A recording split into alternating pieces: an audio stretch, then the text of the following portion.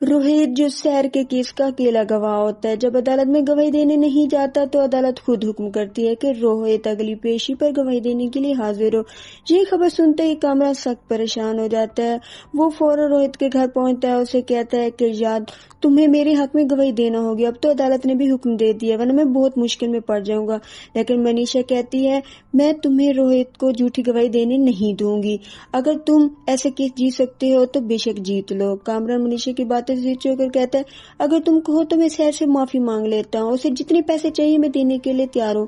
یہ بات سن کر منیشا کو شدید غصہ آ جاتا ہے کہ کامران سچائی سے نہیں بلکہ پیسوں سے سب کچھ قابو کرنا چاہتا ہے۔ روہت بھی یہ سب سن کر عجیب کشمکش میں پڑ جاتا ہے کیونکہ اب فیصلہ صرف عدالت نہیں اس کی ضمیر کا بھی ہے۔ دوسری طرف ایس پی زہیب کو بھی یہ پتہ چل جاتا ہے کہ انسپکٹر شفیق نے اس کیس میں صحیح طرح انویسٹیگیشن نہیں کی بلکہ کامران سے پیسے لے کر معاملہ دبا دیا تھا۔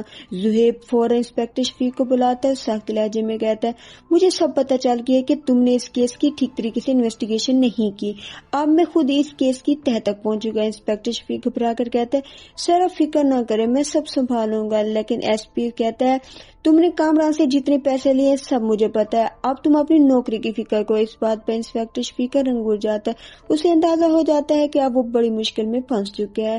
چینل کو سبسکرائب کریں، اپنا خیال رکھیں، اللہ حافظ۔